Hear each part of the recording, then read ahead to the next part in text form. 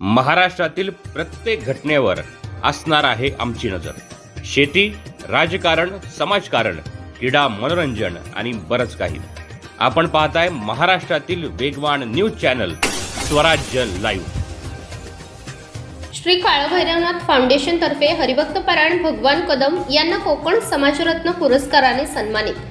महाड तालुक्यातील दहिवड गावचे सुपुत्र, शांत, संयमी, उत्तम व्यक्तिमत्व असलेले, कीर्तन आणि प्रवचन ही एक प्राचीन सांस्कृतिक कला उत्तम पद्धतीने जोपासून आपल्या कीर्तन परंपरेची पताका फडकवणारे, कोकणात व पुणे शहरात कीर्तन व प्रवचनातून भक्ती मार्गाचा गजर पोहोचवीत गावात व समाजात कीर्तनाचे प्रशिक्षण हरिभक्त परायण भगवान कदम यांनी दिले.